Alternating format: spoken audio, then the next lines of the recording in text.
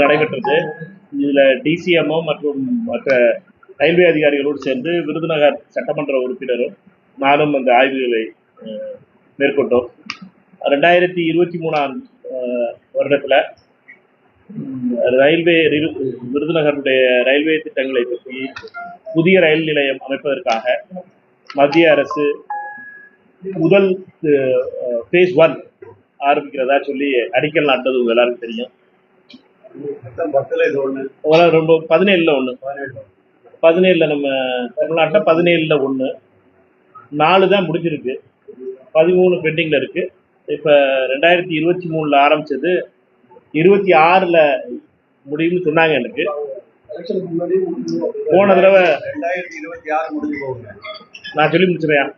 23ல் ஆரம்பித்தது 25க்குள்ளே முடிஞ்சிருன்னு சொன்னாங்க. 25ல் நம்ம ஆய்வு நடத்தினோம். இதே மே 9ஆம் தேதி. அந்த மே 9ஆம் தேதி ஜூலைக்குள்ளே முடிஞ்சிருன்னு சொன்னாங்க. 2025 ஜூலைக்குள்ளே முடிஞ்சிருன்னு சொன்னாங்க. இப்போ ஓராண்டு முடிஞ்சிருச்சு. அதனால தான் என்ன நடந்துச்சுன்னு சொல்லி பார்க்குறதுக்காக இருக்கும். இந்த ஓராண்டு ஆக மொத்தம் இந்த திட்டம் வந்து 1.5 ஆண்டுகளில் முடிய வேண்டியது இப்போ 3 ஆண்டுகள் கழித்து இன்னும் முடியலை. அதுக்கு காரணம் என்னன்னு அதிகாரிகள்கிட்ட கேட்கும் பொழுது 17 ரயில் நிலையங்களில் 14 தவிர 13 இதே நிலை தான் தொடர்ந்து. அதுக்கு மிக முக்கியமான காரணமாக அவங்க சொன்னது என்னன்னு கேட்டீங்கன்னா, மிக நம்ம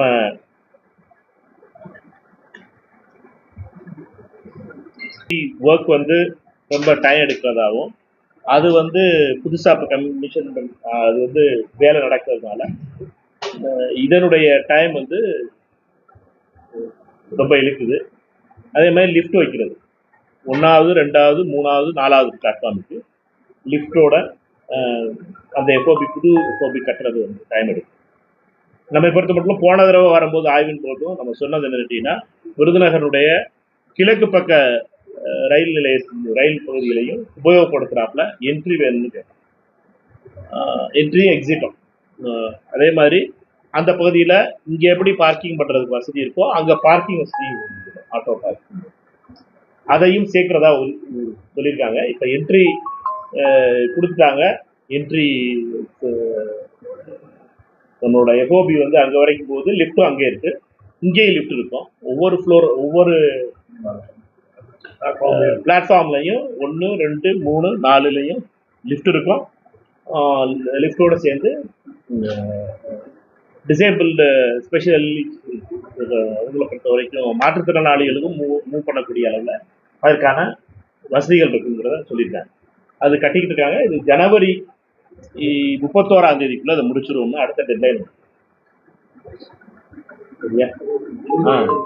20 ரயில் திட்டங்கள் பணிகள் முடிவுபடும் சொல்லியிருக்காங்க. இது தொடர்ந்து ஃபாலோ பண்ணுவோம். அதிகாரிகிட்டே சொல்லியிருக்கேன். என்னன்னா, இதுக்கு ரொம்ப முக்கியமான காரணம் அவங்க சொன்னது என்னன்னா, எதில் வந்து அவங்களுக்கு டைம் கூடிடுச்சுன்னு கேட்டிங்கன்னா, இந்த கனோப்பி ஃபார்ம்ன்றதுக்கு எக்ஸ்டென்ஷன் பண்ணியிருக்காங்களாம்.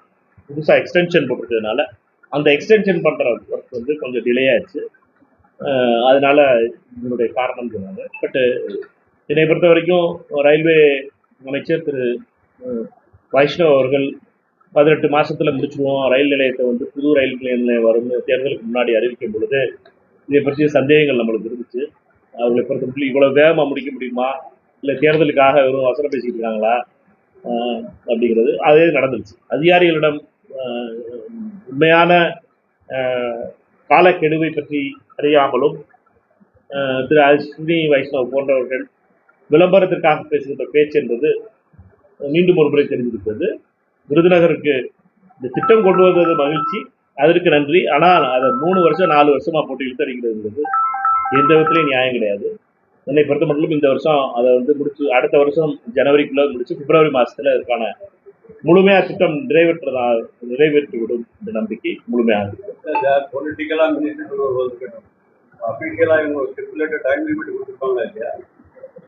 அதான் டேட் சொல்லிட்டு 31 25 முடிஞ்சு 25 முடிஞ்சு 26 முடிஞ்சு இப்போ 27 ஜனவரிக்கு போயிருக்கு.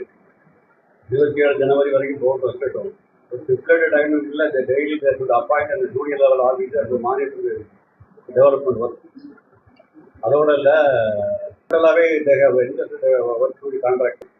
ஒவ்வொரு கதிசக்தியோட பிரைம் மினிஸ்டரோட இதில் அவங்க சேர்க்குற என்னன்னா இந்த ரயில்வே ஸ்டேஷன் எல்லாத்தையுமே ஒரு பார்ட்டாக பார்க்குறாங்க.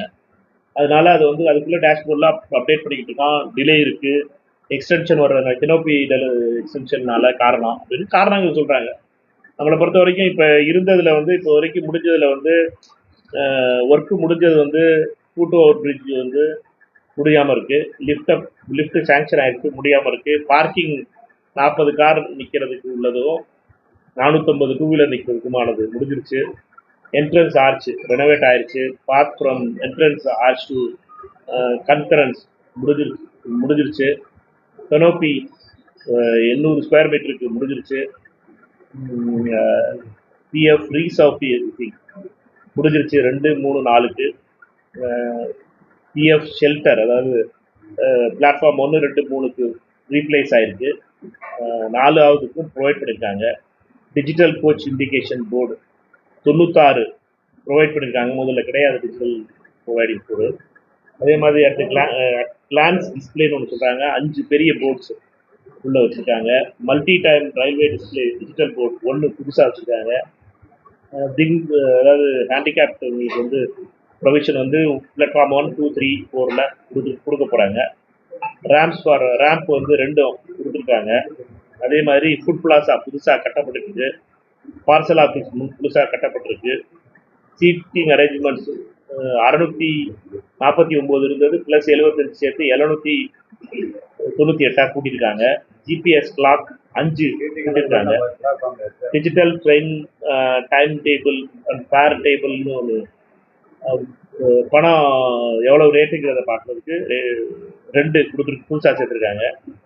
டிவி 12 இது மாதிரி டிவி 12 டிவி போட்டிருக்காங்க. வாட்டர் கூலர் 4 ரினோவேட் பண்ணியிருக்காங்க.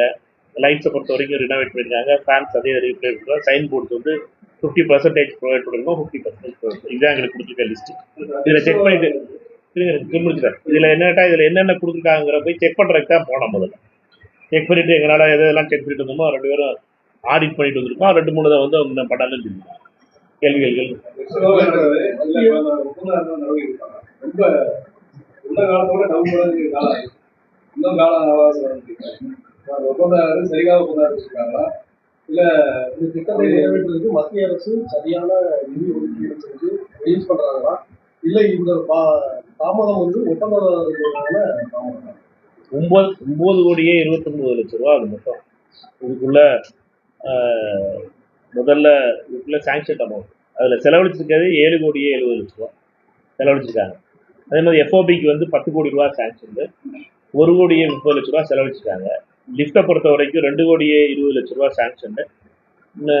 இது அதுக்கு அது இன்னும் வந்து ஒர்க்காக ஸ்டார்ட் ஆகலை. டோட்டல் காஸ்ட் வந்து 21 கோடியே 41 லட்ச ரூபா.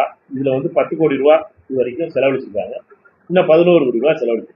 ரயில்வே அதிகாரிகள் ரயில்வே அவங்க கண்காணிக்கிறோம்னு சொல்கிறாங்க. அதனால தான் திருப்பி வந்து மக்கள் பிரதிநிதிகளாக இருக்கோம், நாங்கள் வந்து ஆய்வு செய்ய வேண்டியதாக இருக்குது. ஒரு வருஷத்துக்கு அப்புறம் அவங்க சொன்ன டயத்துலேருந்து 1 வருஷத்துக்கு அப்புறம் ஒன்றும் நடக்கலை அப்படிங்கிறத காட்ட வேண்டியதாக இருக்குது. அதற்கான காரணங்களையும் கேட்டிருக்கோம். எங்களை பொறுத்த மட்டும் மத்திய அரசு உடைய ரயில்வே துறை இது ஒரே பேட்டர்னாக விருதுநகர் மட்டும் நடக்கலை. உங்கள் பேட்டர்னாக பார்த்தீங்கன்னா 17ல் 14 நடக்கலை, 4 தான் நடந்திருக்கு, 13 தான் நடக்கலை, 4 மட்டும்தான் நடந்திருக்கு. ஏன்னு கேட்டிங்கன்னா இதை பொறுத்தவரை ரயில்வே போர்டினுடைய திட்டமிடுதலில் பெரிய பிரச்சனை இருக்குது. இவங்களை பொறுத்த மட்டும் 21 கோடி ரூபாய்க்கு ப்ராஜெக்ட் போட்டோம், 24 மாதத்தில் சரியாயிரும், எல்லாம் சக்காயிரும், எல்லாம் முன்னோடி மையத்தில் வந்துடும் அப்படின்னு சொல்லி பாஜகவை பொறுத்த மட்டும் அந்த அமைச்சர்கள் தொடர்ந்து இப்படியே விளம்பரம் போட வைக்கிறதே வேலையாக பார்த்துட்டு இருக்கிறதுனால சரியான ஒரு பிளானிங் இல்லாதனுடைய விளைவு தான் இது. இவ்வளவு பெரிய நிலை வந்திருக்கு. இதை பாராளுமன்றத்திலும் இதற்காக இந்த முறை மழைக்கால கூட்டத்தொடரில் அதை பற்றியும் குரல் எழுப்பு.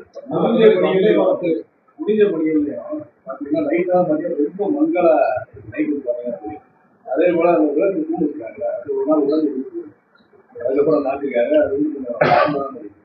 அது சொன்ன மாதிரியே தெரியும்.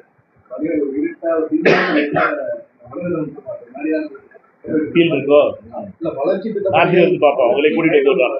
ஒரு நாளைக்கு அடுத்த தடவை கூட்டு வரும்போது நைட்ல வந்து ரிவ்யூ பண்ணுவோம். பகல்ல வராம ஐயா சொன்னாப்ல லைட்லாம் போட்டிருக்காங்க, பகல்ல போட்டிருக்காங்க. அதனால நைட் வந்து இது நைட்டில் பார்த்தீங்கன்னா பாதை ஊரா அந்த மரங்கள்ட்ட அப்புறம் சீரியல் வச்சுருப்பாங்க. எப்போ வீட்டு நீங்க சொன்னது 10 கோடி வச்சிருக்கான், 1.30 கோடி செலவழிச்சிருக்காங்க. அப்போ நான் 8 கோடி ரூபா இருந்தாலும் 8.7 கோடி செலவழிக்க வேண்டியிருக்கு. அப்போ நிச்சயமா definitely they can predict the complete work before January 22. Vande Bharat ட்ரெயினில் வந்து இந்த மாதிரி அது இது பண்ணலாம். அதே மாதிரி ராஜபாளையம் சொல்லி கூட திருவண்ணாமலை நம்ம வீட்டு மழை ட்ரெயின் அது சம்பந்தமாக நீங்கள் கோரிக்கை வச்சுருக்கீங்க. ஆனால் எந்த ஒரு நடவடிக்கை எடுக்கணும் அப்படியே இல்லை, அவர்கள் எம்எல்ஏவும் அதே தான் வந்தே பாரத்தையும் சொன்னார். நானும் முதல்ல பாராளுமன்றத்தில் பேசியிருக்கோம், அமைச்சர் அஸ்வினியை பார்த்து பேசியிருக்கோம். திருப்பியும் போய் வலியுறுத்துவோம். திரு அஸ்வினி வைஷ்ணவ் என்கிட்ட சொன்ன பதில் என்னன்னு கேட்டீங்கன்னா, ஒரு வந்தே பாரத் நிற்கிது, அந்த வந்தே பாரத்துக்கே சீட்டு ஃபுல்லாக மாட்டேன் விருதுநகரில். அதனால 2வது வந்தே பாரத்னா இதுக்குள்ள டிமாண்ட் இல்லை, டிமாண்ட் இல்லாமல் நம்ம எப்படி இது பண்ண முடியும் அப்படின்னாரு. எனக்கு டைமிங் டிமாண்ட் ஷெட்யூல் போட்டு பாருங்க. All there will be demand because இது வந்து ஒரு ஜங்ஷன். உங்களுக்கு வந்து இந்த ஜங்ஷனை பொறுத்த வரைக்கும் நீங்கள் வந்து இதில் வந்து நிப்பாட்டாமல் டிமாண்ட் இருக்கா டிமாண்ட் இல்லையான்னு பார்க்குறது வந்து நியாயம் இல்லை. அதனால் அதை பார்க்கணும் அப்படிங்கிறத சொல்லியிருப்பான். திருப்பியும் வலியுறுத்துவோம். ஏன்னா அஸ்வினியை பொறுத்த வரைக்கும் அவர் சொல்கிற பேச்சு தான் நம்ம கேட்க வேண்டியது இருக்கும். நம்ம சொல்கிற பேச்சு அவர் அதிகாரியாக இருந்து அரசியல்வாதியானதுனால அவர் சொல்கிறத கேட்டுக்கிட்டு பதில் சொல்ல வேண்டியதாக இருக்கும். அதனால் சித்திரவையும் திருப்பி ஒரு தடவை வலியுறுத்தி வந்தே பாரத்தை நிறுத்துறதுக்கு மீண்டும் முயற்சி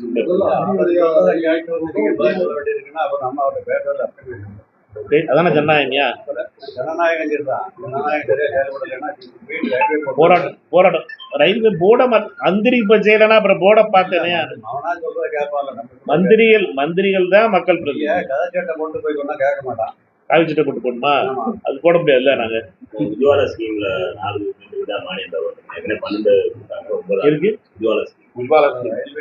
காலையில ரயில்வே முடிச்சிட்டோம்னா தொடக்கத்துல இதே மாதிரிதான் சொன்னாங்க. வரவேற்பு இருந்தாதான் ஒவ்வொரு நிலையங்களையும் நிறுத்துவோம். எங்க வந்து அதிகமான மக்கள் ஏறாங்களோ அது மட்டும்தான் ஸ்டேஷன் வந்து ஸ்டாப்பிங் இருக்கு. வரவேற்பு இருந்தாதான் தொடர்ந்து இந்த ரயிலை இயக்கும்னு சொன்னாங்க. அதே மாதிரி தான் இப்போ வந்தே பாரத் நமக்கு வந்து இந்த ஸ்டாப்பிங் வாங்கி கொடுத்தாதான் சுற்றி இருக்கிற மற்ற ஏரியாவில் இருந்து இந்த டைமிங்க்கு நம்ம ரயிலை வந்து புக் பண்ணவோ ரிசர்வேஷன் பண்ணவோ முடியும். நிற்கவே இல்லை அப்படின்றப்ப இது வந்து வெறும் பேச்சா மட்டும்தான். திருப்பியும் ஒரு தடவை வந்தே பாரத் நிறுத்தத்துக்காக அமைச்சரை பார்த்து வலியுறுத்துவேன். என்னை பொறுத்த மட்டும் அமைச்சரிடம் ரொம்ப தெளிவாக சொல்லியிருக்கோம். என்னன்னா இதை பொறுத்த வரைக்கும் இது பெரிய ஸ்கோப் இருக்குது, இவ்வளோ பெரிய ஃபுட்பால் இருக்குது. விருதுநகரை பொறுத்த வரைக்கும் சிவகாசி மாதிரி ஒரு ஸ்டேஷன் பக்கத்தில் இருக்குது. சிவகாசியில் இருந்தும் சரி, அருப்புக்கோட்டையில் இருந்தும் சரி, மற்ற இடங்கள்ல இருந்தும் சரி, டேயில் டிரான்ஸ்போர்ட் பண்ணக்கூடிய ட்ராவல் பண்ணக்கூடிய கிளைண்ட்ஸ் இருக்காங்க அப்படின்றத சொல்லியிருக்கோம். கோயில்பட்டியில் நிற்கும் போது கோயில்பட்டியில் எப்படி ஃபுட்பால் இருக்கோ அதில் அதே மாதிரி விருதுநகரில் இருக்குது அப்படிங்கிறத சொல்லியிருக்கோம். மீண்டும் ஒரு முறை வலியுறுத்து திருப்பி பாராளுமன்றத்தில் இருக்காங்க. நேற்று நடைபெற்ற இந்தியா கூட்டணியில் விசிக தலைவர் வந்து காங்கிரஸ் இன்னுமே வந்து கவுண்டர் வந்து தான் போடுறாங்க. எல்லா கவுண்டர்ஸையும் மாற்றிட்டாங்க. ரயில் ஒன்று ஆகுது ப்ளஸ் அந்த பக்கத்தில் இருக்க மிஷின்ஸ்ல நீங்கள் போடுங்க அப்படின்னு சொல்கிறாங்க. ஆன்லைன் டிக்கெட் எடுக்காம உடம்பு டிக்கெட் வந்து எடுத்து கவுண்டருக்கு போகும்போது இல்லை நீங்கள் வந்து அவர்கிட்ட போடுங்க, அவர்கிட்ட போகணும்னா அவர்கிட்ட நீங்கள் கேஷாக தான் கொடுக்கணும், நாங்கள் வந்து ஆன்லைனில் வாங்க மாட்டோம். ஸோ கவுண்டரில் ரிசர்வேஷன் 24 நேரமும் ஃபுல்லாக போடுங்க. ஸோ அந்த டிக்கெட்டு வந்து கவுண்டரில் கொடுத்து பண்ணலாம் போடுங்க. அது பண்ணாமல் மிஷின்லேயும் ஆப்லையும் போட்டு இவங்களே கைட் பண்ணுறாங்க. அது எப்படி மத்திய டிஜிட்டல் இந்தியா வந்து ரயில்வேலேயே வந்து டிஜிட்டல் கரன்சியை அக்செப்ட் பண்ணுறாங்க. இல்லை, 2 விஷயம். இதில் எனக்கு ஒரு மாறுபட்ட வேறு இருக்குது. டிஜிட்டலை பற்றி சொல்லிக்கிட்டு இருந்தோம்னா அவங்க எல்லாத்தையுமே டிஜிட்டல் ஆக்கிடுவாங்க. பணத்துக்கு வந்து பணமே பாவம் ஏழை பாலையெல்லாம் 10 ரூபா 20 ரூபா ஒன்று வாங்க முடியாத ஆக்கிடுவாங்க. அதனால் நிறையா டிஜிட்டல் ஆக்கிட்டாங்க. பார்சல் போய் பார்த்தா டிஜிட்டல் தான் வாங்குவோம் நாங்கள். அதனால் டிஜிட்டல் ஓவர் டிஜிட்டல் ஆகிடுச்சு. இது அப்படியே இருக்கட்டும். நீங்கள் சொல்கிறபடி என்னன்னா டிக்கெட் வாங்க வைக்கிறதுக்கு அவங்க ப்ளே ஸ்டோர் ஒரு பயணியரும் வச்சு கேட்டார். என்னன்னா அவர் உடனே ப்ளே ஸ்டோரில் நீங்கள் டவுன்லோட் பண்ணி இது ரயில்வேயை பொறுத்த மட்டும் கொஞ்சம் கொஞ்சமாக ரயில்வே வந்து அவருடைய அவர் அந்த பணியில் இருப்பவர்களை வீட்டுக்கு அனுப்புவதற்கான ஒரு சதி, வேலை வாய்ப்புகளை குறைப்பதற்கான ஒரு சதி, வெறும் ஆப்பை மிஷின் அப்படின்னு கொண்டு போகிறது வந்து ரயில்வே துறையை வந்து தனியார் மயமாக்குவதற்காக இவர்கள் எடுத்து வைக்கின்ற ஒவ்வொரு அடியாக பார்த்தா இது தவறானது. இதற்கும் அவசியம் கொடுக்கும். 2018 பழைய பேருந்து போனாலும் சரி, அலங்கடி வீட்டை பகுதியில் போனாலும் சரி, போய் பேருந்து நாட்களில் நடந்து போவாங்க.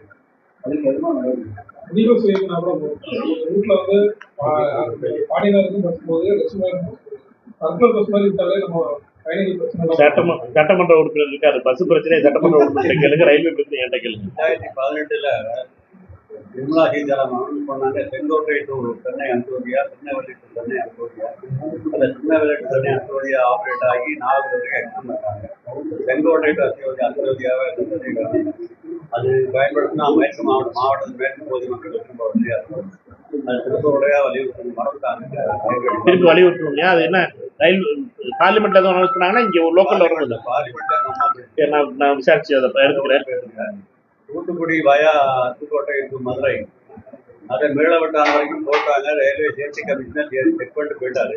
அதுக்கு பிறகு ப்ராஃபிட்டபுளாக இருக்காது கிவன் தி ப்ராஜெக்ட். பிறகு திரும்ப நீங்கள்லாம் எதிர்த்து தெரிஞ்சவரை மறுபடியும் திரும்ப நாங்கள் ஆரம்பிக்கிறோம்னாங்க. அவங்க ஸ்டேட் கவர்மெண்ட் மேலே குறப்படுறது கிடையாது. ஸ்டேட் கவர்மெண்ட்டும் உங்களுக்கு டிஆர்ஓலாம் ஒதுக்கியிருக்காங்க. பட் இப்பவும் முடியலை. உங்கள் கவர்மெண்ட்ல 2008 அனௌன்ஸ் பண்ணது. திருப்பி 18 வருஷம் ஆச்சு. திருப்பி நாங்கள் எல்லாரும் நாடாளுமன்ற உறுப்பினர் எல்லாரும் இந்த தூத்துக்குடி அருப்புக்கோட்டை இதுக்காக திருப்பி கொடுக்கணும். ரயில்வேல வந்து இந்த கன்னியாகுமரி எக்ஸ்பிரஸ் வந்து டெய்லி வந்து 2 hours 3 hours லேட்டாக கிளம்புது. டெய்லி கிளம்புது. நேற்று 3 hours 30 minutes லேட்டாக கிளம்பியிருக்கு. 9:30 கிளம்பியிருக்குன்னு போடுறாங்க. எப்போ போடுறாங்கன்னா 9:14 போடுறாங்க. நைட்டு 9:14 ஒரே ட்ரெயின் திருப்பி லேட் ஆகிட்டு. ஆமா, அந்த ட்ரெயினே லேட் ஆகுது. அதோட கேட்டதுக்கு அவங்க என்ன போடுறாங்கன்னா பேர் எக்ஸ்பிரஸ் வரலேன்றாங்க. இருக்கட்டும், அது டீட்டெயில் எனக்கு நான் குறிச்சுக்கிறானா கார்த்தி யாராவது குறிச்சுக்கிறோம். பிரவீன் குறிச்சுக்கப்பா. 9:30 நேற்று கிளம்புது. நான் ஜிஎம்கிட்ட பேசுறேன். 9:14 மெசேஜ் போடுறாங்க. நான் ஜிஎம்கிட்ட பேசுறேன். சரி, பிறகு எம்பி ஆலோசனை கூட்டம் மே 20 நடக்கிறாரு. எந்த ஆளுங்க? இல்ல, எம்பி கன்சல்டேட்டிவ் கமிட்டி மீட்டிங் ஆமாமா மே 20 நடக்க வேண்டியது. மே 20 நடக்குங்கிறத யாரும் ரயில்வே டிபார்ட்மெண்ட்ல இருந்து ரயில்வே அனௌன்ஸ் பண்ணல. அது போஸ்ட்போன் ஆயிட்டது, ரத்தவாயிட்டு மறுதேதி அறிவிக்கப்படணும் ரயில்வே டிபார்ட்மெண்ட் சொல்லல. அது யார் சொல்றாங்கன்னா கொடிக்கோயில் சுரேஷ் எம்பியில மெசேஜ் போடுறாரு. ரயில்வே டிபார்ட்மெண்ட் வந்து பிஸியா இருந்திருக்கும். இல்ல, பிஸினா நீங்க கேட்கணும்ல. அது அவர் கேட்டாரியா? ரயில்வே இப்படித்தான். நம்மளுக்கு ரயில்வே பொறுத்த வரைக்கும் நீங்க மீட்டிங் வச்சாங்கன்னா மகிழ்ச்சி. அவரோட பொறுத்த மட்டும் என்னன்னா மோர் பிரைவேடைஸ் ஆயிடுச்சு. நம்மளை பொறுத்த வரைக்கும் இப்ப எங்களுடைய பிரச்சனை எல்லாம் எதிர்கட்சி நாடாளுமன்ற உறுப்பினரோட பிரச்சனை என்னன்னு கேட்டீங்கன்னா, அமைச்சரை பொறுத்த வரைக்கும் அவரு தன்னுடைய உலகத்துல இருக்காரு. நம்மளை பொறுத்த மட்டும் ஒவ்வொரு விஷயமா நாட்டி கொண்டு போயிட்டாரு. அதைத்தான் அது கேட்போம். நீங்க என்னன்னா அவரு கூட்டலைங்கிற நாங்க போய் அவர்கிட்ட போய் சண்டை போட முடியாது. நீங்க அடுத்த வேலைக்கு போய் போயிடும். எத்தனைக்கு தான் சண்டை போட கூட்டம் போடலாங்கிற சண்டை போட முடியுமா? என்ன பேசிருக்கீங்க? ட்ரெயின் ஐயா ட்ரெயின் வரல, இதுக்கெல்லாம் நான் சண்டை போடலாம். கூட்டம் போடலன்னு சொன்னீங்கன்னா ரிசல்ட்டா ஜிஎம்கிட்ட கேட்டு நீங்க நிறைய கோரிக்கை வைக்கிறீங்க. கேட்போம். அடுத்து அரசியல் வாங்கப்பா. நேற்று 12 மானியம் கொடுத்தாங்க. 9 4 மோடி அரசு ஏழை மக்களுக்கு துரோகம் செய்யறது தொடர்ந்து. வீராவசனம் பேசின மோடி அவர்கள் வந்து தொடர்ந்து ஏழை மக்களுக்கு நான் வந்து எங்க அம்மா வந்து என்னுடைய சகோதரிகளும் வந்து புகையினால அவதிப்பட்டு இந்தியாவில் வந்து டிபி கூடி போச்சு. அதனால வந்து நான் அவர்களுக்கு எல்லாருக்கும் அடுப்பு கொடுத்து நான் வந்து கேஸ் சிலிண்டர் 9-12 கொடுக்க போறேன்னு சொல்லி வசனம் பேசினாரு. அந்த வசனம் கொஞ்சம் கொஞ்சமா நீர்த்து போக தொடங்கியிருக்கு. இது ஏழை மக்களுக்கு செய்கின்ற துரோகம். ஏன்னா எல்லாத்தையுமே அவர் கெரோசின் நிப்பாட்டிட்டாங்க. இந்த சிலிண்டர் கொடுத்ததுனால கெரோசின் நிப்பாட்டிட்டாங்க. பல பிரச்சனைகள் ஏழை மக்களுக்கு இருக்கு. அவர்கள் 9லேருந்து 4 ஆக்கினதுங்கிறது வந்து கண்டிக்கத்தக்கது. இதை எதிர்த்து எங்களை பொறுத்த மட்டும் பாராளுமன்றத்தில் இதுக்காக குரல் கொடுப்போம். இதை திருப்பி வாபஸ் வாங்க வேண்டும். இது வந்து பெரும் பணக்காரர்களுக்கான திட்டம் கிடையாது. ஏழை மக்களுக்கு கொடுக்க வேண்டிய நியாயமான ஒரு உரிமை. அந்த உரிமையை கொடுத்துட்டு திருப்பி எடுத்துக்கிறது என்பதை ஏற்றுக்கொள்ள முடியாது. இந்தியா கூட்டணியில விசிக தலைவர் தொல் திருமாவளவன் காங்கிரஸ் இந்தியா கூட்டணி வந்து ஒரு ஜனநாயகமான இயக்கம், ஒரு அமைப்பு. இந்த அமைப்பை பொறுத்த மட்டும் இந்தியா கூட்டணியில எல்லா 25 கட்சிகளும் தங்களுடைய கருத்துக்களை எடுத்து வச்சாங்க. காங்கிரஸ் கட்சியை பொறுத்த மட்டும் இந்த ஜனநாயகபூர்வ அமைப்புக்கு தலைமை ஏற்பது, பொறுமையோடு ஏற்கிறது. எங்களை பற்றி சொல்லப்படுகின்ற குற்றச்சாட்டுகளையும் அன்போடும் பண்போடும் ஏற்றுக்கொள்கிறோம். ஏற்றுக்கொண்டு விட்டு அதை சரி செய்வதற்கான முயற்சிகள் மேற்கொள்ளப்படும். ஆனால் அது சில உண்மைகள், சில வகையான நியாயங்கள் இல்லாமல் இருந்துச்சு. கேரளாவில் வந்து கம்யூனிஸ்ட் கட்சிக்கு நாங்கள் விட்டு கொடுத்து இருக்க முடியாது. கம்யூனிஸ்ட் கட்சியும் காங்கிரஸ் நாங்கள் சண்டை போடுது. நாங்கள் விட்டு கொடுத்தோம்னா பிஜேபி வந்துடும். அதனால கேரளாவில் சண்டை போட வேண்டியிருக்கு கம்யூனிஸ்டோட, மார்க்சிஸ்டுகளோட. இங்கே எங்களுக்கு தோழமையோடு இருக்காங்க மார்க்சிஸ்டுகள். அதே மாதிரி மேற்கு வங்கத்தை பொறுத்தவரைக்கும் பாஜகவிற்கு எதிர்ப்பாக திரிணாமுல் காங்கிரஸ் தனியாக நின்றாங்க. காங்கிரஸ் கட்சியோட கூட்டணி வைக்க ரெடியா இல்லை. அதனால காங்கிரஸ் கட்சி தனியாக போராடணும். எங்களை பொறுத்த மட்டும் எங்களுக்கு மதிப்பளிக்கின்ற கூட்டணிகளுக்கு அதே வகையில் நாங்களும் மதிப்பெடுக்கிறோம். இப்படி ஜனநாயகபூர்வமான அமைப்பு இந்தியா கூட்டணி என்பதற்கு வேற எந்த கூட்டணியிலும் இப்படிலாம் பேச முடியாது.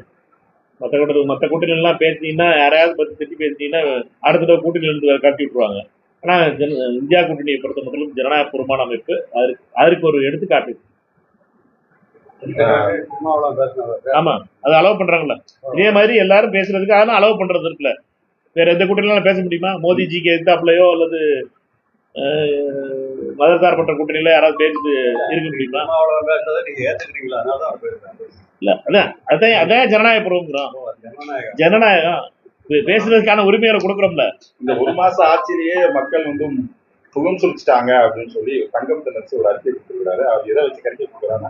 முதல்வர் பேசி, அதாவது முன்னாள் முதல்வர் ஸ்டாலின் பேசியதை பிரிச்சு பேசினாங்க. ஆட்சி கலைக்கப்படும், நாங்களாம் கலைக்க வேண்டாம், இவங்களே ஒரு மாசத்திலேயே மக்கள் வந்து முகம் சுழித்துக்கு அந்த ஆட்சி. இந்த கருத்தை எப்படி பாக்குறீங்க? அது அவர்களுடைய கருத்து. எங்களை பொறுத்த மட்டும் 6 மாசம் ஒன்றும் பேச மாற்றான் தான் அவர்களுக்கு வந்து இடம் கொடுப்போம். அவர்களை பொறுத்த மட்டும் புதிய ஆட்சி அமைஞ்சிருக்கு, 6 மாசம் நாங்கள் எதுவும் அதை பற்றி டிஸ்டர்ப் பண்ண மாட்டோம்னு சொல்லிட்டு டெய்லி பார்த்தீங்கன்னா 3 மாசத்துல முடிஞ்சிடும், 2 மாசத்துல முடிஞ்சிடும். அது நடக்குமா அப்படின்னு சொல்லிக்கிட்டு இருக்க பண்பு எந்த பண்புன்னு எனக்கு தெரியல. உண்மையிலேயே ஒரு மாதம் தான் நாங்கள் நாளையிலேருந்து எதிர்ப்போம் சொல்லி பேசிட்டு போயிடலாம். இது எதுக்கு 6 மாதம் சொல்லி ஒரு பெரிய டெட்லைனை கொடுக்கணும், அப்புறம் டெய்லி ஏதாவது ஒரு பேசிட்டு இருக்கணும், வேற முயற்சிகள் செய்யணும். மக்களை பொறுத்த மட்டும் மாற்றத்திற்காக ஓட்டு போட்டாங்க. மக்கள் வந்து திரு விஜய் அவர்களுடைய தலைமையில் ஒரு ஆட்சி அமைக்கிறதுக்காக ஓட்டு போட்டாங்க. அந்த ஆட்சி அமைஞ்சிருச்சு. அதற்கு காங்கிரஸ் கட்சியும் கம்யூனிஸ்ட் கட்சியிலும் விடுதலை சிறுத்தையும் இந்தியன் முஸ்லீம் லீக்கும் சேர்ந்து ஆட்சியில் பங்கெடுக்கிறோம். நாங்கள் 3 கட்சிகளும், கம்யூனிஸ்ட் கட்சிகள் மட்டும் பங்கெடுக்கலை. நாங்கள் எல்லாரும் சேர்ந்து ஆட்சி அமைச்சிருக்கோம். கொஞ்சம் டைம் கொடுங்க. இவ்வளோ நாளாக ரிப்பேரான இன்ஜின் சரி பண்ணுறதுக்கு கொஞ்சம் டைம் கொடுக்கணும்ல. அதுக்கான அந்த நேரம் கொடுக்காம அதற்குள்ள குறை சொல்லிக்கிட்டே இருப்பதுக்கு நியாயம் இல்லாது. நாளை கீர்த்தனா வந்து தொழில்துறை முதலீடு ஈர்க்க போற சொல்லி காண்டாக்ட் பண்ணாங்க. எந்த மாதிரி தொழில்துறை முதலீடு ஈர்க்க போனாங்கன்னு சொல்லி எதுவுமே சொல்லல, கிளம்பி போயிட்டாங்க. நம்ம இதுல எம்பியோட முதலீடு வந்து நமக்கு வந்து ஆந்திராவுக்கு போயிடுச்சு. அதோட அறிக்கை வந்து எதுவுமே சொல்லல. ஏன் நம்ம கிட்ட இருந்த சென்னையில தலைமையாக செயல்பட்ட ஒரு நிறுவனம் வந்து இங்க வந்து இன்னொரு இது பண்ணாங்க, அவங்க பிரைஸ் ஆந்திராவுக்கு ஷிஃப்ட் பண்ணாங்கிறத எதுவுமே சொல்லல. கூட்டணியில் இருக்கு இல்லையா, தொழில்துறை வந்து தொடர்ந்து ஆந்திரா பக்கம் போகுது. எல்லாம் இது 30 நாளைக்குள்ள எல்லாம் ஆந்திராவுக்கு போயிட்டாப்புல பேசுறிய. ரொம்ப ஆச்சரியமான விஷயம் தான் அந்த செய்திகள். இது வந்து ஒரு நேரட்டிவ் பில்டிங். சகோதரர் ராஜா அருமையா பண்றாரு. இது வந்து இந்த நேரேஷன் வந்து ரொம்ப நாள் நிற்காது. உண்மை வெளியில் வந்துதான் ஆகும். நம்ம பொறுத்த மட்டும் தமிழகத்தினுடைய ஃபண்டமெண்டல்ஸ் வந்து தொழில் செய்வதற்காக பலமா இருக்குங்கிறது பல ஆட்சி காலங்களை பார்த்துட்டு இருக்கோம். இதை பொறுத்த மட்டும் அது ஆர்வி காலத்திலிருந்து போடப்பட்ட திட்டங்களுடைய அடிப்படையில் தமிழகத்துடைய தொழில் புரட்சி ஆர் வெங்கட்ராமன் தொழில்துறை அமைச்சராக தொடங்கியது பெருந்தலைவர் காமராஜர் ஆட்சியில். அது தொடர்ந்து ஒரு பாரம்பரியமா தமிழ்நாட்டில் வந்து, அதனால நம்ம பொறுத்த எல்லா தொழில்களுக்குமே வந்துட்டு இருக்கு. அதனால எல்லாமே ஆந்திராவுக்கு காலியாக போயிடுச்சுன்னா, ஆந்திராவை பொறுத்த வரைக்கும் காம்படிட்டிவா சென்ட்ரல் கவர்மெண்ட் வந்து புஷ் பண்ண பார்க்குது. சென்ட்ரல் கவர்மெண்டோட ஃபுல் சப்போர்ட் இருக்கு. அவங்கள பொறுத்த மட்டும் டைவெர்ட் பண்ணி கொண்டு போகணும். ஏதாவது ஒரு பிரச்சனை இங்கே வந்துச்சுன்னா, தூத்துக்குடிக்கு வர வேண்டிய திட்டத்தை கூட இப்போ நம்ம மதுரை வீட்டில் இது பண்ணதுனால ஆந்திராவுக்கு போயிருக்குங்கிற செய்தி இன்னைக்கு காலையில் இருந்து பார்த்துக்க முடியும். இதனால தொழில் செய்பவர்களுக்கான ஏற்ற இடமா தமிழ்நாடு இருக்குது என்பதையும், முதலீடை ஈட்டுக்கின்ற மாநிலமாக இருக்கிறது என்பதும் மிக மிக முக்கியமானது. இதை வந்து நேரட்டிவ் பில்டிங்காக முன்னாள் அமைச்சர் மேல குற்றம் செய்வது வந்து நியாயமில்லாது. 30 நாள் தான் ஆயிருக்கு. அமைச்சரை பொறுத்த மட்டும் அவருடைய முயற்சிகளை செய்து கொண்டிருக்கிறார். நியாயமா நம்ம டைம் கொடுக்க வேண்டியது கொடுக்க வேண்டிய நேரத்தை கொடுக்கணும்னு நினைக்கிறேன். நிதி ஆயோக் கூட்டத்துக்கு நாளைக்கு டெல்லி சென்ற முதலமைச்சர் வந்து காங்கிரஸ் கட்சியோட சோனியா காந்தியும் ராகுல் காந்தியும் சந்திக்கிற வாய்ப்பு இருக்கா? வாய்ப்பு அவங்க 2 பேரும் சந்திக்கிறதா ஒரு தகவல் பரவிட்டு இருக்கு. நீங்க ஏதாவது தினத்தந்தி தான் ஏதாவது செய்தி ஓட்டுவியா? நாளைக்கு சந்திக்க போறாங்க. முதலமைச்சருடைய நிகழ்ச்சி நேரம் வந்த உடனே செய்தியாளர்களுக்கு எனக்கு வந்து ஒரே வேண்டுகோள், நீங்களா அமைச்சரை பார்க்க போறாங்க, அவங்கள பார்க்க போறாங்கன்னு கதை ஓட்டாம, அதுவும் குறிப்பிட்ட விதத்துல எங்க டெல்லி நிருபர்கள்ட்டையும் உங்க மூலமா சொல்லிக்கிற விரும்புறேன். டெல்லியில இருக்க நம்ம சகோதரர்கள்ட்டையும் முதலமைச்சருடைய நிகழ்ச்சி நிரல் என்னங்கிறத பார்த்துட்டு அவங்கள சந்திக்க போறாங்க, இவங்க சொல்லட்டும். முதலமைச்சருடைய நிகழ்ச்சி நிரல்ங்கிறத முதலமைச்சர் அலுவலகமோ அல்லது பிஆர்ஓ ஆஃபீஸோ டிபிஆரோ வந்து வெளியிடுவாங்க. அதுபடி நடக்கும். என்னைய பொறுத்த மட்டும் அதுக்கு முன்னாடி நான் அதை பற்றி எதுவும் சொல்ல விரும்பல.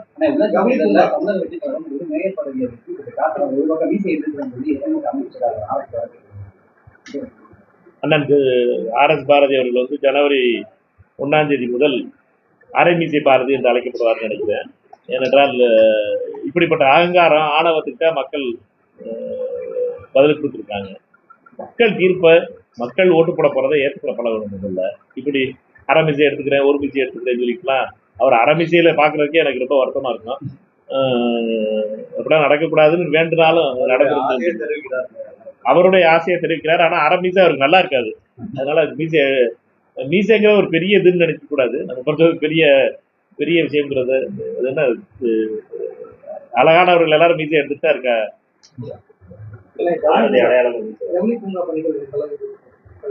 ரிவ்யூ பண்ணணும் அதை திருப்பி என்னன்னா அது அதில் போன தடவை பார்க்கும்போதும் அதில் சரியா நிறைய பாட்டில் இருந்துச்சு. அப்போ இருந்த அமைச்சர்கிட்டமும் பேசினேன்னா அதில் நிறைய இன்னும் வந்து அதனுடைய இன்னும் வந்து நிறைய பாட்டில் நெக்ஸ் இருக்கு. புது செக்ரட்டரியோடையும் ஒரு தடவை பேசணும், போய் சென்னையில் போய் உட்காந்து பேசி அதுக்கான உடனடியாக அதுக்கான நடவடிக்கைகள் இருக்கும். என்கிட்ட அது வந்து ஒரு விருதுநகர் மாவட்டத்தினுடைய மிக முக்கியமான திட்டங்களில் ஒரு திட்டமாக பார்க்கணும்னா அந்த திட்டத்தில் மத்திய அரசு மாநில அரசு அனைத்து பல கட்சிகளுடைய பங்களிப்பு இருந்தாலும் அதை கொண்டு வந்து சேர்க்க வேண்டிய பொறுப்பு எல்லாருடைய பொறுப்பு.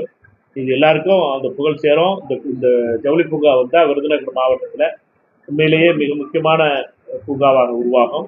இது வர்றதுக்கான அனைத்து முயற்சிகளுக்கும் தமிழகத்தில் தொடர்ந்து மின்வெட்டு சட்டமன்றத்தில் 2200 கோடி ரூபாய் பூங்கா அமைக்கப்படும் சொல்லி பியூஷ் கோயல் அனௌன்ஸ் பண்ணார் கோயம்புத்தூர்ல. பாஜக காரங்க கூட இடம் கொடுக்க மாட்டேங்குது கவர்மெண்ட் சொல்லி ஆர்ப்பாட்டம் தான் சொன்னாங்க. அது என்ன ஆச்சு, டெவலப்மெண்ட் ப்ராஜெக்டா அல்லது என்ன ஏது வந்து இல்லை அதான் தான் சொல்லிக்கிட்டு இருந்தேன். அது வந்து சிப்காட் எனக்கு இதுதானே சொல்லி குமாரம் ரெண்டு ஒன்று தானே. இல்ல சிப்காட் நீங்க சொல்றது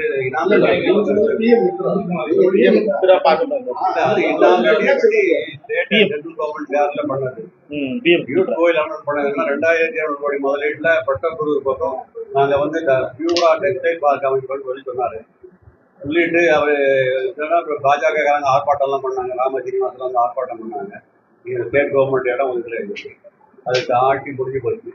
இப்போ ப்ராஜெக்ட் இருக்கா இல்லையா என்னங்கிட்ட பாஜக காரணம் மௌனமாயிட்டாங்க, கவர்மெண்ட்டும் மௌனமாயிட்டது. இருக்கா இல்லையா என்னன்னு தெரியல. இல்லை பிஎம் மித்ராவை தான் அப்போ நினைச்சுக்காங்க. நான் அது வெரிஃபை பண்ணி சொல்கிறேன். நான் அந்த கலெக்டர்கிட்ட பேசிக்கிறேன். என்ன அவர் பியூஷ் கோயல் டயத்தில் என்ன பேசுகிறாங்கன்னு எனக்கு தெரிஞ்ச வரைக்கும் அந்த இந்த டெக்ஸ்டைல் பார்க்கு தான் இப்போ ரேட்டு கேட்டாங்க. அதுக்குள்ள வந்து நீங்க சொல்றது வேற, அதுக்கப்புறம் வேற எதாவது இது எதுக்கு டெக்ஸ்டைல சிப்காட் தொழில் பூங்காங்கிறது ஸ்டேட் கவர்மெண்ட் சென்ட்ரல் கவர்மெண்ட் 1700 கோடி ரூபாய் முதலீட்டுல அது தனி. அதுக்கு பிறகுதான் பியூஷ் கோயல் அனௌன்ஸ் பண்ணாரு 2200 கோடி. ஏற்கனவே கலாநிதி மாறன் மினிஸ்டரா இருக்கும்போது அனௌன்ஸ் பண்ணது அப்படி வச்சாங்க, 87 கோடியில வச்சாங்க. இப்ப இவர் 2200 கோடியில அனௌன்ஸ் பண்ணாரு. கோயம்புத்தூர் வச்சு அனௌன்ஸ் பண்ணாரு. உடனே இந்த பாஜக காரங்களாம் நிலந்தர மாட்டேங்கப்பட்ட ஆர்ப்பாட்டம்லாம் பண்ணாங்க. ஆர்ப்பாட்டம் பண்ணவங்களும் காணாம போயிட்டாங்க, பார்த்தும் காணாம போயிட்டது. இருக்கா இல்லையான்னு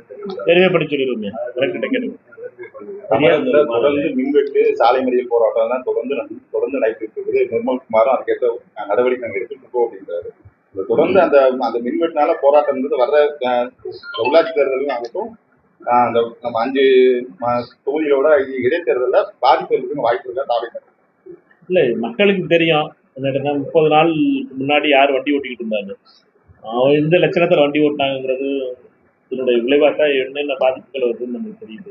அதனால மக்களை பொறுத்த மட்டும் இதெல்லாம் புரிந்து கொள்ளக்கூடியவர்கள். இதுல இருக்க இப்போ வந்து என்னன்னா, இந்த அரசு வந்து ஒரு நேர்மையான அரசா இருக்கணும் அப்படிங்கிறது முதலமைச்சருடைய எண்ணமா இருக்கிறதுனால, அந்த நேர்மைக்கான விலையும் கொடுக்க வேண்டியது இருக்கு. அதிகாரத்தில் இருக்கவர்களும் சரி, அதிகாரிகளும் சரி, கான்ட்ராக்டர்களும் சரி, பல வகையில பிரச்சனைகள் வருது. அதனுடைய வெளிப்பாடா இருக்க சிஸ்டத்தை வந்து டிஸ்டர்ப் பண்றதுக்கான பல முயற்சிகள் மேற்கொள்ளப்படுது. என்னைய பொறுத்த வரைக்கும் இது எல்லாமே மக்களுக்கு தெரியும். மக்களை பொறுத்த மட்டும் இதை புரிந்து கொள்ளக்கூடியவர்கள். முதலமைச்சருடைய நல்ல நோக்கத்தையும் அவர் செய்ய விரும்புகின்றதையும் மக்கள் புரிஞ்சுக்கிட்டு இருக்காங்க. இதை பொறுத்த வரைக்கும் தேர்தலுங்கிறது தேர்தல் வரும்போது பார்ப்போம். அதுக்கு முன்னாடி நம்ம சொல்றதெல்லாம் தப்பாய் போயிருதுல. பத்திரிகையாளர்கள் உங்களோட நீங்க சொல்றது தப்பாய் போயிருது, நானும் சொல்ல முடியாம இருக்கேன். மின்வெட்டு அதிகாரிகளால தான் ஏற்படுத்தப்படுதுன்னு நினைக்கிறீங்களா? நீங்க அந்த மாதிரி இல்ல நம்ம பொறுத்த மட்டும் நான் அப்படி சொல்லல. நீங்களா இல்ல, அதாவது அந்த ஏரியால வந்து எல்லாம் பிடிக்கிட்டு போயிடறாங்கன்ற மாதிரி தான் ஒரு பேட்டி கொடுக்குறாங்க. அமைச்சர் என்ன சொல்றாரோ அதை நீங்க ஒத்துக்கணும். என்னைய பொறுத்த மட்டும் ஒரு பெரிய மாற்றம் தமிழகத்துல ஒரு நேர்மையான ஆட்சி அமைக்கணும் அப்படிங்கிறதுக்காக முதலமைச்சர் திரு விஜய் அவர்களுடைய முயற்சி மிகப்பெரிய அளவில் எஸ்டாப்ளிஷ் சிஸ்டத்தை உடைக்குது. அதை மட்டும் நம்ம புரிஞ்சுக்கணும். எஸ்டாப்ளிஷ்டா ஒரு கார்ட்டல் இருக்கு எல்லா இடத்துலையுமே. எல்லா இடத்துலையுமே ஒரு சிண்டிகேட் இருக்கு. அந்த சிண்டிகேட் அது கான்ட்ராக்டராக இருக்கட்டும், அல்லது அரசியல்வாதிகளாக இருக்கட்டும், அல்லது இதாக இருக்கு அதுக்குள்ள சிஸ்டத்தில் ஒர்க் பண்ணுறவங்களா இருக்கட்டும், இந்த சிஸ்டத்தில் அதில் வந்து க்ளீன் பண்ணும்போது இருக்க டீச்சிங் ப்ராப்ளம் இருந்தே ஆகும். அது எல்லா ஒரு சிஸ்டத்துலையும் இது நடந்திருக்கு இது வரைக்கும். அதனால என்னட்டுன்னா அதை நம்ம வந்து அலோவ் பண்ணி ஆகணும். இது மக்களுக்கு தெரியுது. மக்களை பொறுத்த வரைக்கும் மக்கள் ரெண்டுக்காக ஓட்டு போட்டாங்க. ஒன்று ஒரு நேர்மையான ஆட்சி வரணும், அதே மாதிரி ஒரு பெண்களுக்கு பாதுகாப்பு ரொம்ப முக்கியங்கிறது. ரெண்டு தான் மெயின் இஷ்யூவாக மக்கள் மனசில் இருந்துச்சு. அந்த ரெண்டு விஷயத்துக்கான நடவடிக்கைகள் எடுக்கிறாங்களா இல்லைங்கிறத அதை நோக்கிய நடை இருக்கா அப்படிங்கிறத நம்ம பார்க்கணும். அது நோக்கிய நடை இருக்குங்கிறத மக்கள் ஒத்துக்கிறாங்க. அதற்கான பல வகையிலும் அதில் தடைகள் வரும். ஆனால் இதெல்லாம் சரி பண்ணி தான் போகணும். அரசாங்கத்தை பொறுத்த மட்டும் ஆட்சியில் இருப்பவர்கள் அமைச்சர்கள் வந்து அதற்கான நடவடிக்கைகள் எடுத்துட்டு வர்றாரு. அதுவும் குறிப்பிட்ட விதத்தில் மின்சாரத்துறை அமைச்சர் திரு நிர்மல்குமார் அவர்கள் வந்து தொடர்ந்து அதற்கான முயற்சியை செய்து வருகிறார் என்பது நம்ம கண்கூட பார்க்கணும். நீங்க கவர்மெண்ட் என்ன சொன்னீங்கன்னா அதுக்கும் ரயில்வே டிபார்ட்மெண்ட் தான் விவகாரம் சொல்றீங்க. என்ஜின் பழுதா இருக்குது, அந்த என்ஜினை ஓட்ட வேண்டாமா? போன கவர்மெண்ட்ல பழுதான என்ஜின் போலீஸ் அதை இந்த கவர்மெண்ட்ல இப்போதான் ரிப்பேர்லாம் பார்த்துட்டு இருக்காங்க, சரியா ஓட்டணும். அப்பவும் ரயில்வே தான் நீங்க இங்க இருக்கு.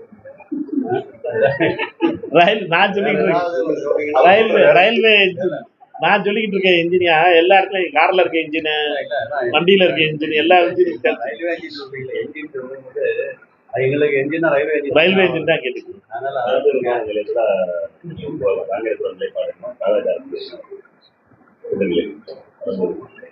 பரந்தூர் விமான நிலையத்தை பொறுத்த மட்டும் தாவேக்காவுடைய நிலை என்னன்னா மாற்றணுங்கிறது தாவேக்காவுடைய நிலை. எங்களை பொறுத்த மட்டும் தமிழகத்துல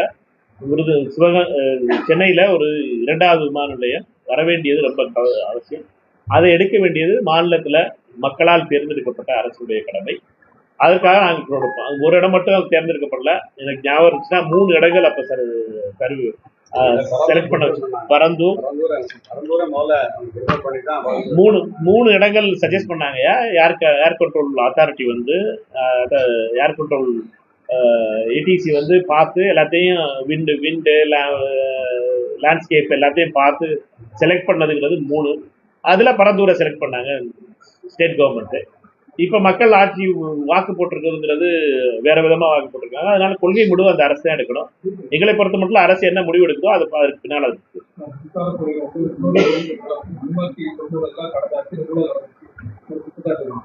இப்போ வந்து ரீசெண்டா சென்னையோட தலைமை மின்சார வாரிய தலைமையிலேயே ஆர்டிஸ்ட் கம்ப்யூட்டர் முக்கியமான ஆர்டிஸ்ட்லாம் காணாமல் போயிருக்கு. இது இப்போ கொள்முதல் ஊழல் அப்படிங்கிற ஆர்டிஸ்ட் கம்ப்யூட்டர்ல இருந்த அதுவும் பெட்டாபில் இருந்த ஆர்டிஸ்ட் எல்லாம் காணாமல் போயிருந்தப்போ அதிகாரிகளோட தொடர்பு ஆட்சியாளர்களுக்கு அதுக்காக மின்சாரத்துறை அமைச்சர் அதுக்காக பதில சொல்லியிருந்தாரு. அவர் மேல நடவடிக்கை யார் வந்து அந்த ஆர்டிஸ்ட திருடினாரோ அவர் மேலே நடவடிக்கை எடுக்கப்பட்டிருக்கதா வழக்கு பதிவுபட்டிருக்கதா நான் கேள்விப்பட்டிருக்கேன். அதுக்கான உரிய நடவடிக்கை எடுக்கப்படும். அதுல யாரும் தப்பிக்க முடியாதுங்கிறத மின்சாரத்துறை அமைச்சர் ரொம்ப தெளிவா, மின்சாரத்துறை சட்டத்துறையுமா இருக்கிறதுனால அவரை பொறுத்த மட்டும் அதுல ரொம்ப கவனமா இருக்காரு. அதுக்கான சரியான நடவடிக்கை எடுக்கப்படும். இதே நேரத்தில் நம்ம பொறுத்த மட்டும் இந்த அரசு ஒரு நேர்மையான அரசாக செயல்படுகிறது என்பதற்கு முதல் இண்டிகேஷன்ஸ் நல்லா தெரியுது. இதுல அந்த இன்டென்ஷன்ஸை பொறுத்த வரைக்கும் அவருடைய எண்ணத்தை பாராட்டணும். நேர்மையான ஒரு அரசு அமைஞ்சிருக்குங்கிறது மகிழ்ச்சியானது. சரியா? நேற்று டெல்லியில வந்துட்டு காங்கிரஸ் விமர்சிச்சு காங்கிரஸ்ல இப்ப கூட்டணியில இருக்கிறவங்களும் சரி, கூட்டணி வெளியில போனவங்களும் சரி, சில பேனர்கள் வைக்கப்பட்டிருக்காங்க. இந்த கூட்டணிக்குள்ளேயே வந்து சண்டை போட்டுட்டு இருக்காங்க. இவங்க இப்படி மக்கள் கோரிக்கையை பத்தி பேசுவாங்க அப்படின்னு சொல்லிட்டு அந்த பேனர் பத்தி. அந்த பேனர் என்னைய பொறுத்த வரைக்கும் ஆர்எஸ்எஸும் அமித்ஷாவும் வச்சதுன்னு நினைக்கிறேன். ஏன்னா அதில் தெளிவான இந்தி இருந்துச்சு. தப்பான இந்தியா இருந்துச்சுன்னா நம்மளால நினைச்சிருக்கலாம். தெளிவான இந்தி இருந்துச்சு. அதனால ஆர்எஸ்எஸ் பிஜேபி தான் இந்த வேலையெல்லாம் பார்க்க முடியும். ஏன்னா ஒரே மாதிரி எல்லா கட்சிகளையும் சேர்த்து வச்சிருந்தாங்க. யாரெல்லாம் ராகுல் காந்தியை திட்டாங்களோ தேர்தல் நேரத்தில் அது எல்லாத்தையும் கட்பேஸ் பண்ணி கொண்டாந்து வச்சிருந்தாங்க. அதனால அந்த புகழெல்லாம் ஆர்எஸ்எஸ்னுடைய இந்த சதி திட்டங்களை சாரும். ஆர்எஸ்எஸ் இதில் எக்ஸ்பர்ட். அமித்ஷா அவருடைய அந்த எக்ஸ்பர்டைஸை வந்து அதில் யூஸ் பண்ணியிருக்காரு. இந்த சின்னத்தனமான வேலை பண்ணுறது தான் அந்த வேலையாக இருக்குது உள்துறை அமைச்சருக்கு. இதெல்லாம் விட்டுட்டு காலங்காலத்தால் இந்த வேலையெல்லாம் விட்டுட்டு 15 நிமிஷத்தில் எங்கால அடிச்சு பிடிச்சிட்டாங்க இளைஞர் காங்கிரஸ் எல்லா பேனரையும். இதெல்லாம் தேவையில்லாது. என்னை பொறுத்தவரைக்கும் இதுக்காக கூட்டணியை கூட்டணியில் இதுக்காகலாம் குழப்பம் விளைவிக்கிற நிலையிலலாம் இந்தியா கூட்டணி இல்லை. எங்களை பொறுத்த மட்டும் எங்களை பற்றி குறைகள் இருந்தால் கூட கேட்டுக்கிறக்கூடிய தைரியம் உள்ளவர்கள் நாங்கள். அதை ராகுல் காந்தி அவர்கள் சொன்னது மாதிரி என்னுடைய பொறுப்பை எல்லாத்தையும் அன்போடும் பாசத்தோடும் கொண்டு போய் செல்ல வேண்டியது. நம்ம எல்லாரும் சண்டை போட்டுக்கிட்டு இருக்கிறது ஆர்எஸ்எஸ் பாஜகங்கிற மிகப்பெரிய இயக்கங்களை பற்றி சொல்லியிருக்காரு ராகுல் காந்தி. அதனால சண்டை போடுறவங்க வந்து எங்களுக்கு முன்னாடி தெரிகிறது வெறும் ஆர்எஸ்எஸ் பாஜக தான். எதுவும் கணக்கு பண்ணலை. சரியா?